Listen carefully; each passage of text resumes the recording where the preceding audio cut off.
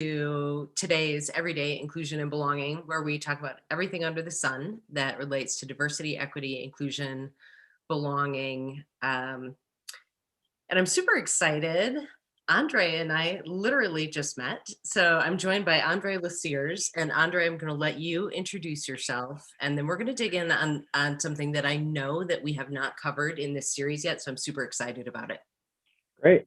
Andre Lasiers. I serve as the Chief Diversity Officer for the University of Alabama at Birmingham Health System. I've been in a role for about 2 months. I am immediately previously with the Cleveland Clinic, working with the regional hospitals there. Super excited to not only come from a great healthcare institution like the clinic, but to be joining a great organization like the UAB Medicine, and to do this work, which is really critical. I joke a lot with folks and this is definitely a passion for me.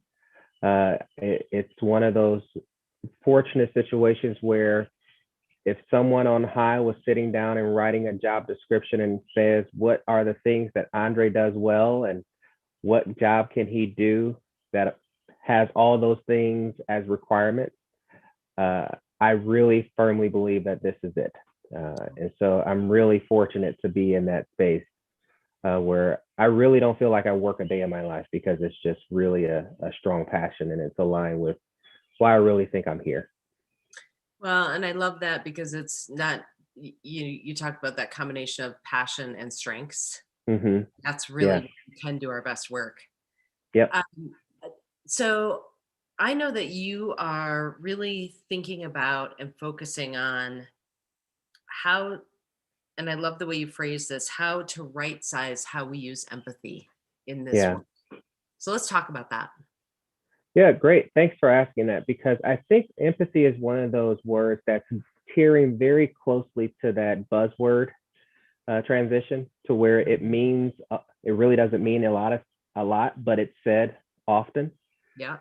And I think it's really critical that we take some time to step back and really ask ourselves, what are we really asking folks to do when we say they need to be more empathetic?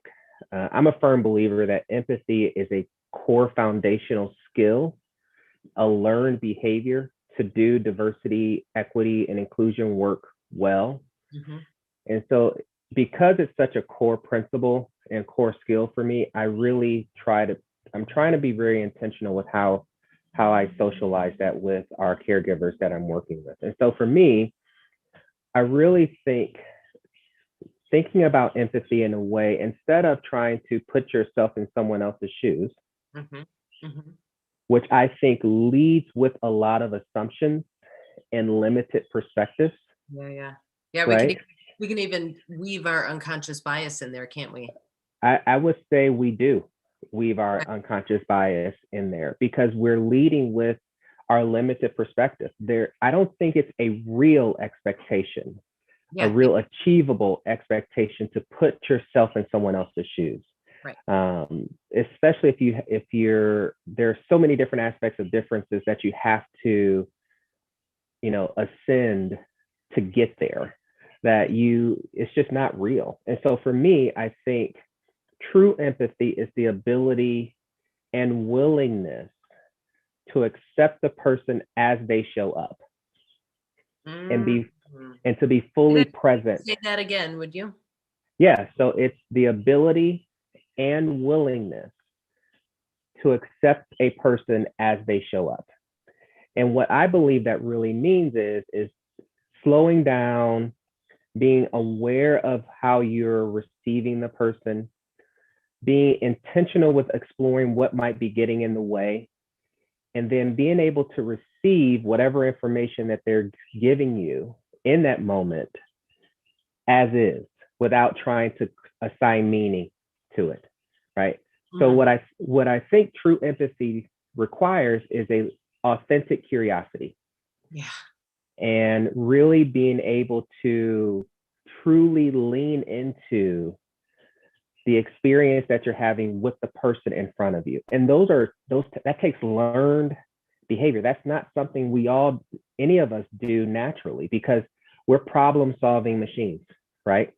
And so we're constantly trying to solve and make meaning of our experiences. Absolutely. And so I Yeah. think that that's one way that I think that's a way we can do that a little better. Um, so I don't have any tattoos, Andre, but I'm considering, and anybody that has been a part of this series, one of the things that I say all the time is that Hmm. curiosity is an inclusion superpower. Yeah, yeah. And not misplaced curiosity, like Hmm. asking, you know, asking somebody with a disability what happened to them, like, right, like, not just like, oh, I just want to know these things to know these things, but to deeply be curious about your experience, Hmm. and how I can make that more inclusive. And I think being incredibly curious about my own thinking and my own word choices, my own, how am I showing up here? Is that in an inclusive way? So like kind of a do it to yourself science project of Yeah. unpeeling things, but then a curiosity about who are you? Yeah, I think what you're describing is what I would consider authentic curiosity, right? It's Yeah. that ability to truly know you don't know what you don't know, Yes. Right. right? The more And to the more I do this work, the more I'm like, wow, I am just straight up clueless. and that's what I tell people all the time. I tell folks all, it comes across as joking, but I mean it sincerely. I'm very leery of anyone who says they're an expert in this field. I think some of us are a few chapters ahead of others, but none of us have this completely figured out. And so having that authentic curiosity where you're walking into the space with an acknowledgement that I'm showing up with a limited experience and I need to be open to additional information that might change how I see Yes. and or perceive and show up later in a similar situation. And that's okay. There's nothing wrong with that. And the And more, again and again and again and yes, again yes, and again. Like that's yes. the, like this cake is never baked. you know? That's the, It's I love that. I tell folks all the time, this is truly one of those things where the goal line is constantly moving. And it's part of the frustration with this work, but I also think that's one of the things that for me that drives my passion. To yeah. know that there's an opportunity to learn and learn something that's truly going to enhance my ability to show up more authentically, is You know, really encouraging. I think there's it's always interesting to me having conversations with like hardcore scientists, Yeah. because they're always willing to, well, here's what I thought before, but here's what the Hmm. data is telling me now. Yes. Right. Well, here's what we believed to be true before, but now we've learned this new thing. Like if we can apply sort of that scientific, like, Yeah. And it's beyond true. It's that scientific curiosity, that willingness to be proven wrong wrong and and be to wrong. embrace it. Yeah, to lean into being wrong. Yeah, And and to use that error as, now this is a new adventure. yeah, I yeah, thought I knew something, but it turned out that I didn't. I was wrong. I was down the wrong road. And that's the exciting thing. I get to now explore a different path that will hopefully lead me into a place where I can have new discoveries. okay. So Um, I love so there's also like this energy shift that comes with that from, oh my gosh, I can't believe I've been saying this thing all these years and now I just found mhm. out and now blah, blah, blah, versus like, oh wow. Like that's why that, and sincere apologies if I said that in the past. I know Hmm. better. Yeah. Move on. And I'm finding out things all the time, like the history of some of the language that we use, Hmm. or and just the power of words, and like staying curious and leaning into that. Hmm. And the Moxie team, we're working deeply on this right now. And it took me, gosh, Andre, probably a good 2 years Hmm. um, to break myself of defaulting to you guys. Yeah. Right. And then we just have to catch each other as a team, like, oh, y'all folks. Yeah. Um, one of the guys on the team jokes, and he's a guy, he jokes and he says, earthlings, you know, right.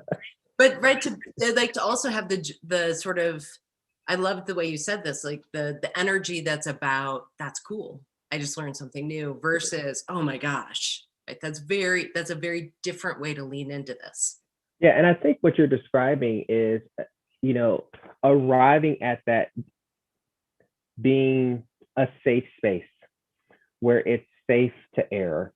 One of the primary questions that I ask a lot of folks when we embark on these inclusion adventures is, what will get in the way? What will get in the way of us truly achieving equity and inclusion? Yeah. And one of the things that's thought of but rarely said is a sense of safety, Yeah. right? Intellectual, emotional, psychological, physical safety.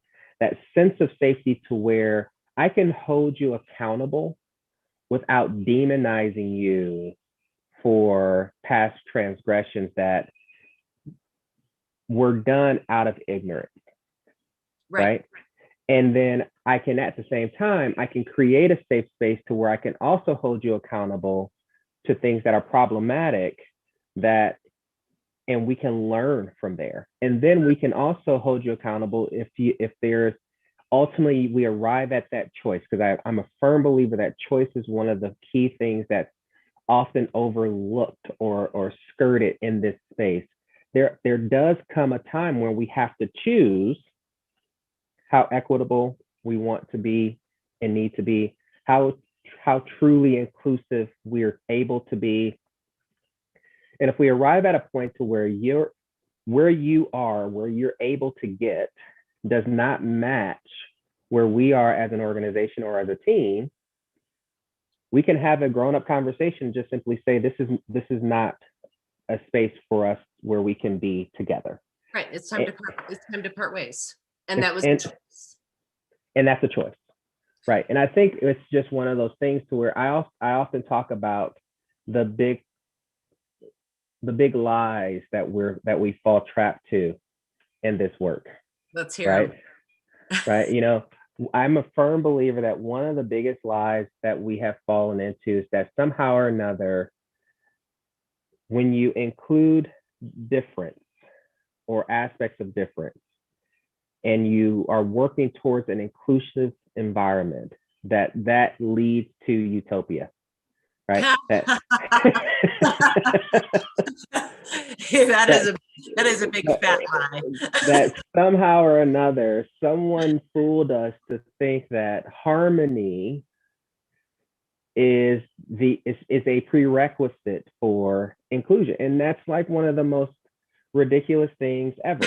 In any time you insert difference into anything without intentional actions or behaviors to make it work, you're going to create chaos.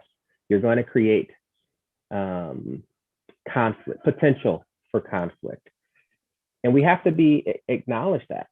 Well, and that inclusion is messy and hard. Yeah, yeah, There's not utopia. yeah, yeah. It takes, if and it's one of the reasons why we don't do it well, is because it's hard, right? Yeah, right. If It that were easy, if it were easy, most of us in this space would not have jobs. yeah, right, right. Well, and there's so much of this when you talk about accountability and the sort of growth through that and the curiosity, that there is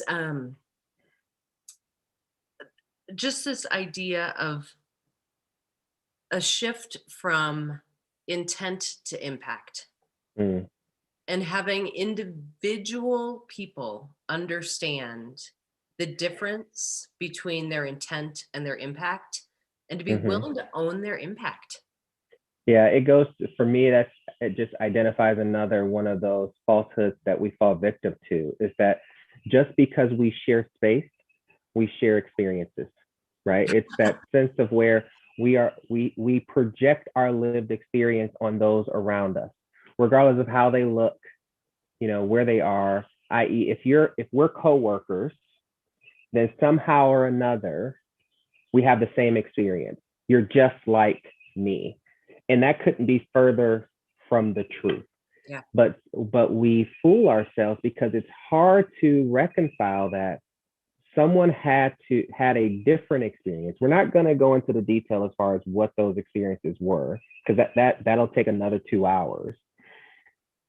But we have to understand that just because we arrived at the same place didn't mean we took the same road to get there. Yeah, yeah. Right. And I think that is one of those things that often where we bump heads as far as how we talk about inclusion, right? When someone says, I feel excluded, I don't feel welcome, I don't feel like I belong here.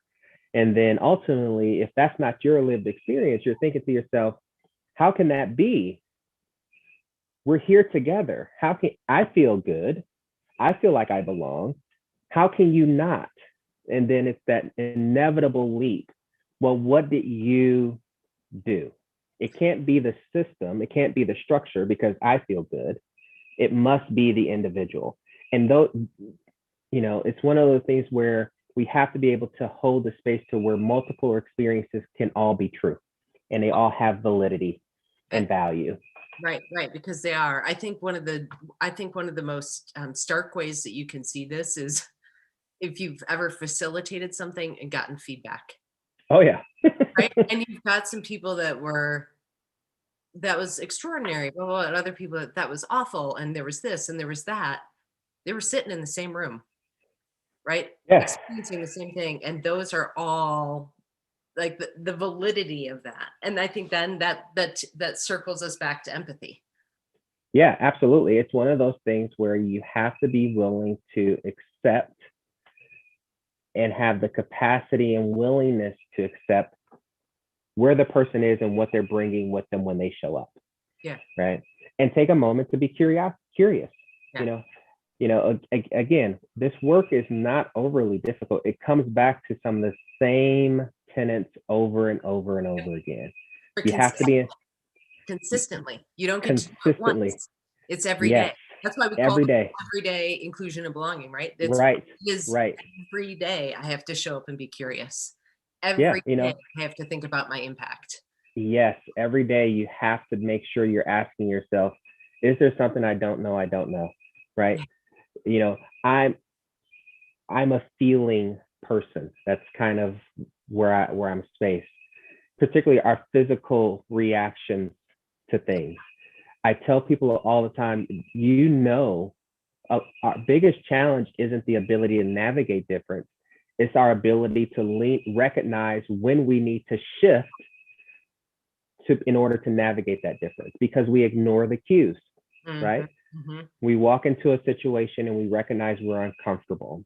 Instead of pausing and asking ourselves what's going on with this, it's okay. I'm going to shake it off and I'm going to plow through this experience, Yep. right? Or I call it the lost puppy dog look. When someone says or reacts in a certain way we weren't expecting, we kind of give them that tilted head and squinty eyes, like, where is this coming from? And instead of leaning into that and asking the question that we want to ask, we plow right through it, right? So how do we recognize those cues and react to those cues in that moment to leverage the curiosity that we know is really, really critical to us being able to do the work we need to do?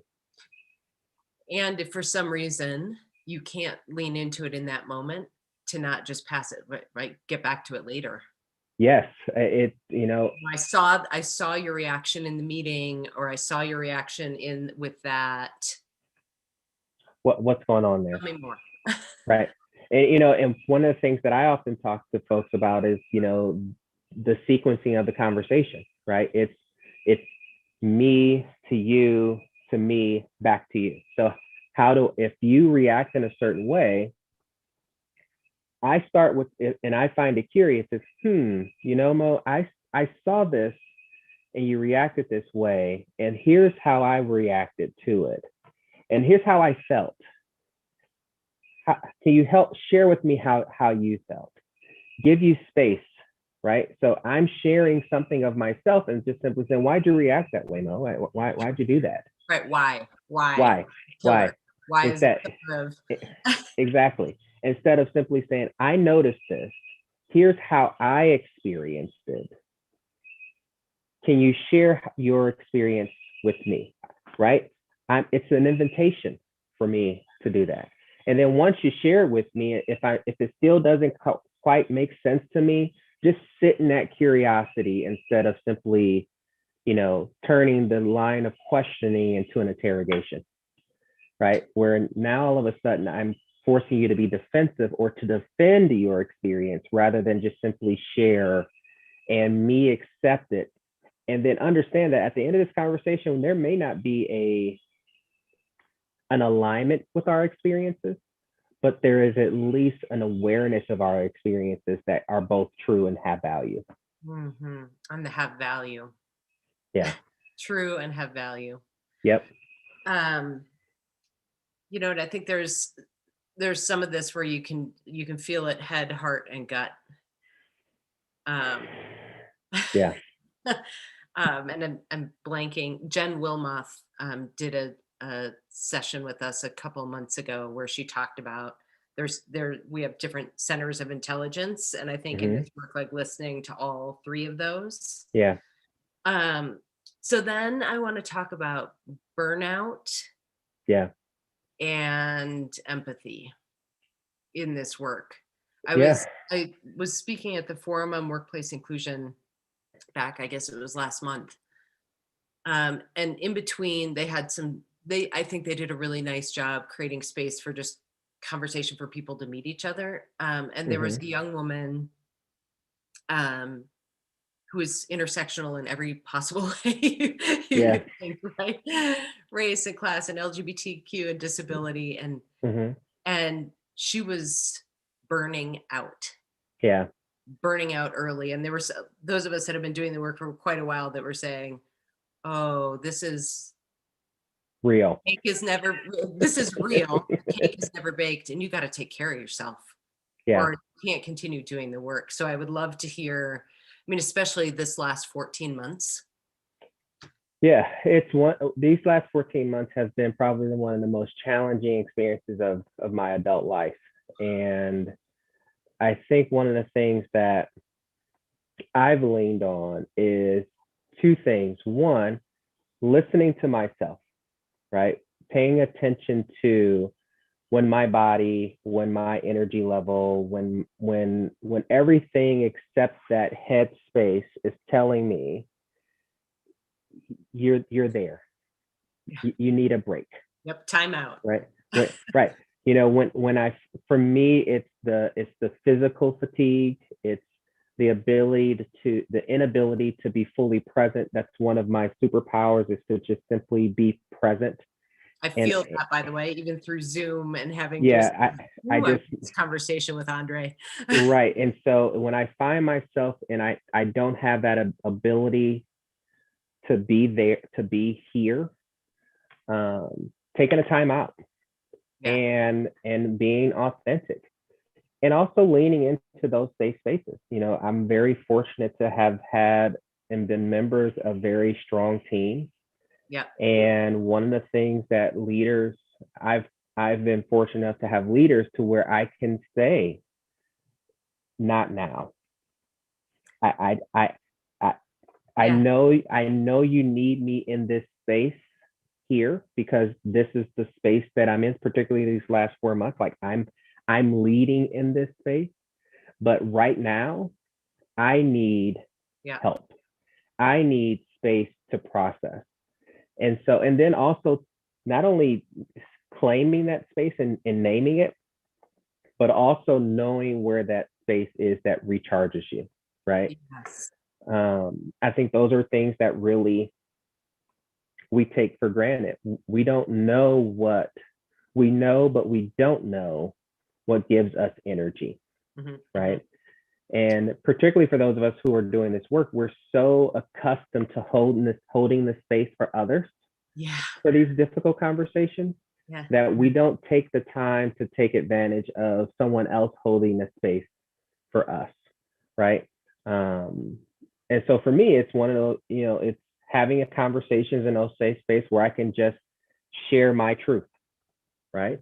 Mhm. Also claiming the space when I'm, when earlier during the summer, when I was with the clinic, we were having sessions that we labeled Lift Every Voice sessions. They were critical conversations around the intersectionality of race and healthcare, and particularly for our caregivers and what they were experiencing. Yep.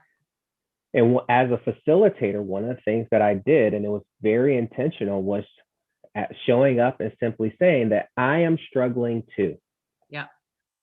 Yep. And this is a space for all of us to work through this together, Yep.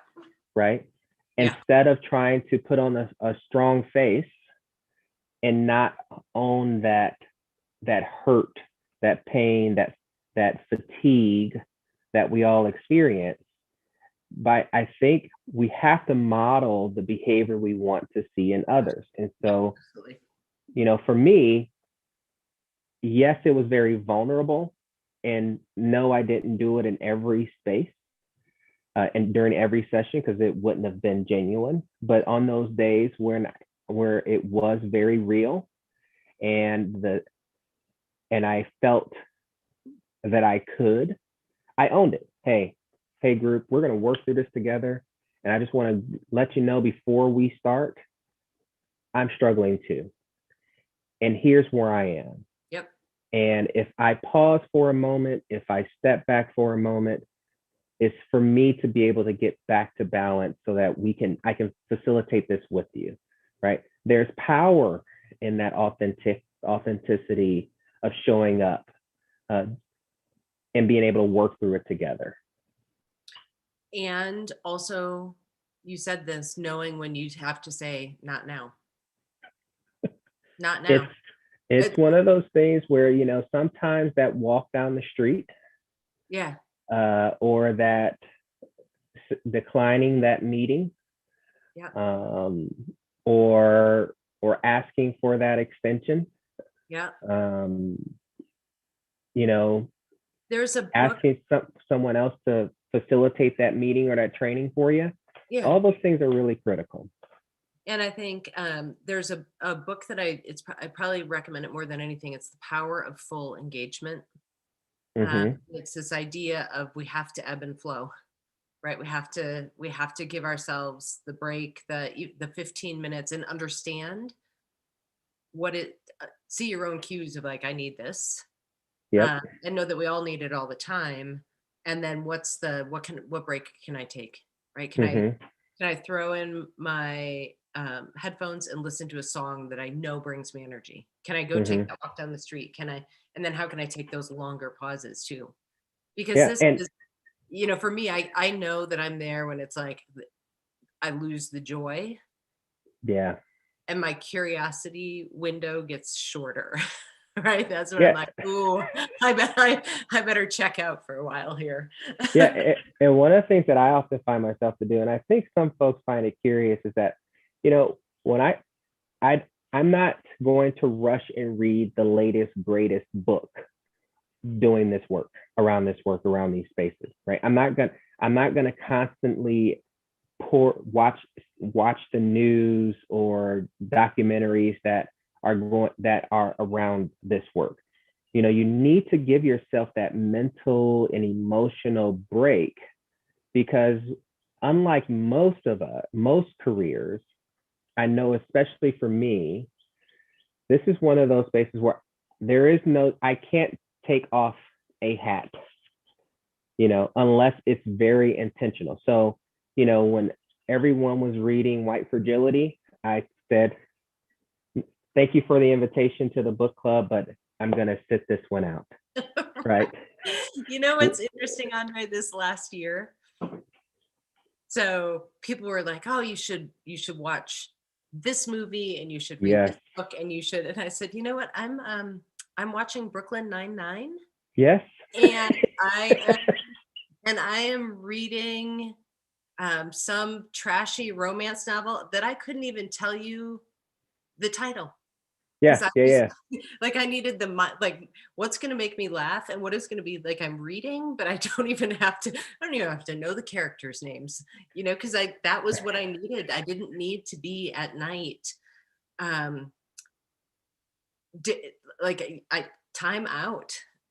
Yeah, it's one of those things where you're constantly on. I mean, you are constantly on in this space, and you have to you have to be willing to disconnect from time to time. Yeah.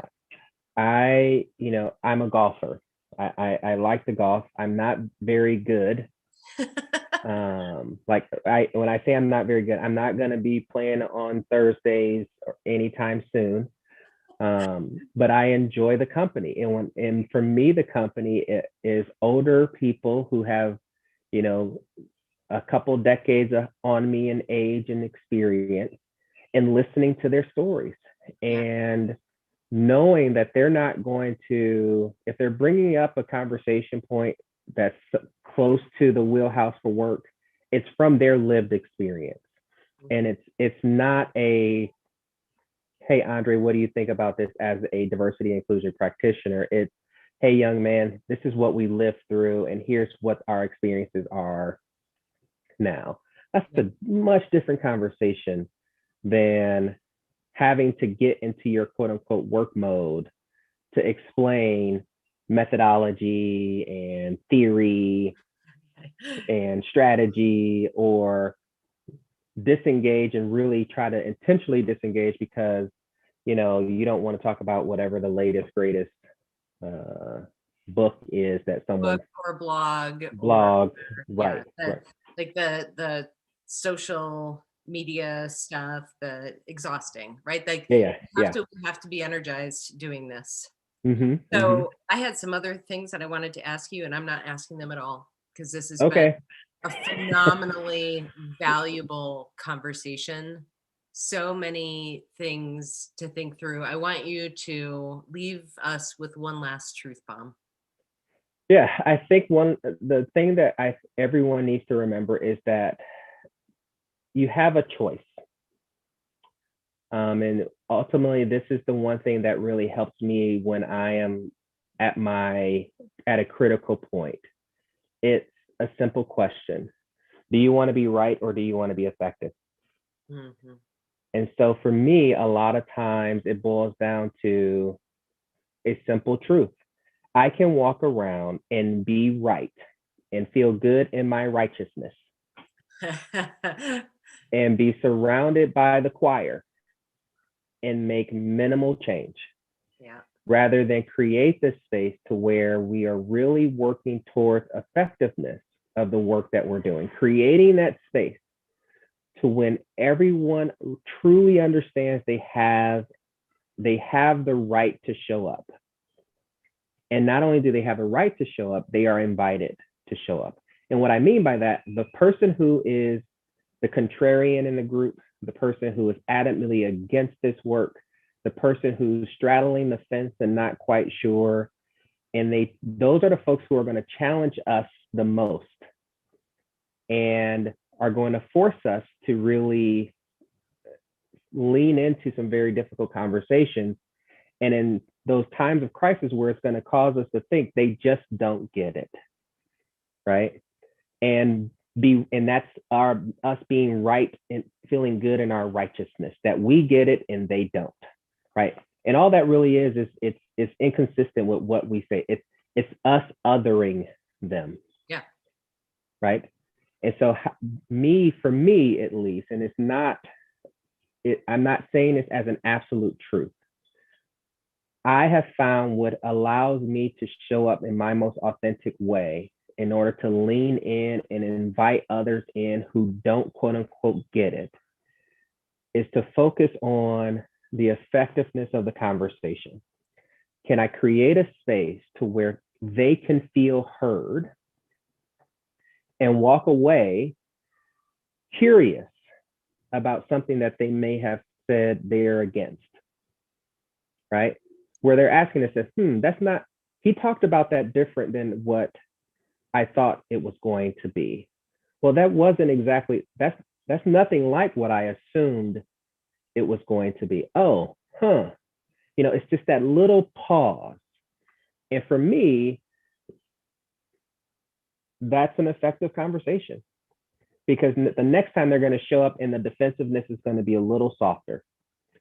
And then we can work to get them to, at the very least, a voluntold position, meaning they're going to act and engage because they're voluntold to do it, right? Instead of active resistance.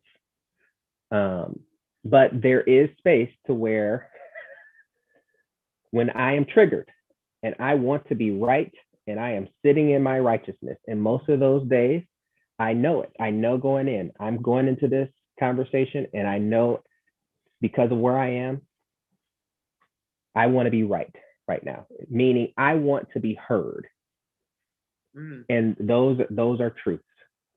And those things are real. And if we are fully present in those spaces, I think we can be able to get much more progress from folks who we feel, quote unquote, don't get it. This conversation has been a gift. Thank you so much. I really, really appreciate you joining and sharing all of this. I can't wait to go back and watch the recording, read through the notes. We'll have the transcripts up in a week or so. Andre, thank you. Oh, I appreciate the invitation, and this has been a great way to start my Friday. Thanks, everybody. Get out there and do the next right thing. We will see you next week on Everyday Inclusion and Belonging. Have a great weekend.